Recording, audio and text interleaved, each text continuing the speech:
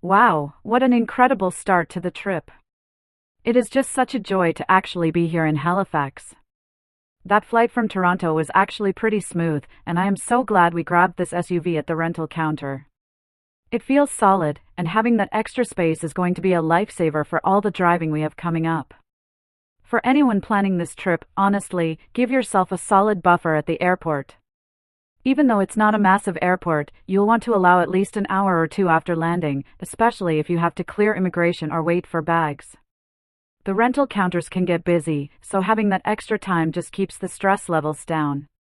And actually, while we are talking about rentals, let me give you a huge tip that can save you money and headaches. When you're at that counter, look into using your credit card's rental insurance coverage instead of relying on your personal car insurance or buying the expensive daily waiver they sell you. Here's the thing, if you use your personal car insurance and we accidentally scratch this SUV, that claim goes on your record. Which means your premiums back home could spike for years. Plus, you'd have to pay your deductible. But if you use a premium travel credit card, the coverage is usually free, and they often handle the claim directly so your personal insurance rates don't get touched. Also, credit cards often cover loss of use. That's a sneaky fee rental companies charge for the days the car is in the shop getting fixed, which personal policies often don't cover. Just be careful, though, there are some caveats. Credit card insurance usually only covers damage to this car, not liability for hurting other people or property. You usually need your personal policy or a separate purchase for that.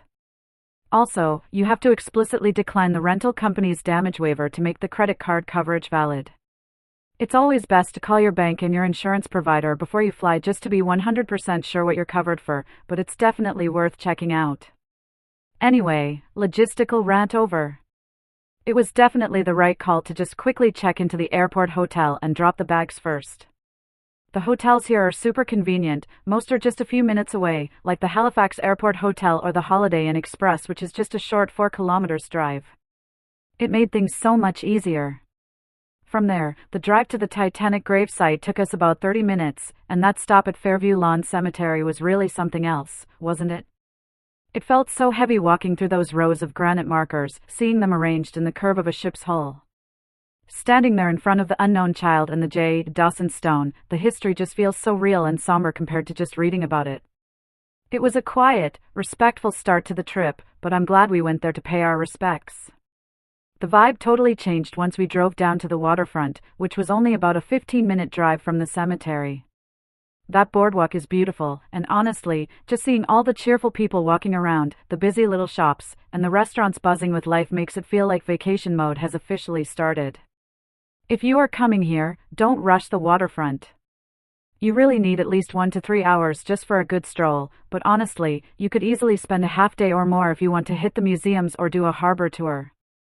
And a heads up for walking downtown, it is compact, but be ready for some hills. I'm glad we wrapped up the evening by swinging by the Halifax shopping center area to grab our water and snacks. It was just another quick 15-minute drive from downtown, so it didn't take us out of our way at all. Now that we are stocked up, get some good sleep tonight because we are hitting the road early. We're driving straight to Peggy's Cove first thing tomorrow morning, and trust me, you want to beat the tour buses. But for now, while we are driving back to the hotel, let's just enjoy the drive. We'll talk to you in the next video.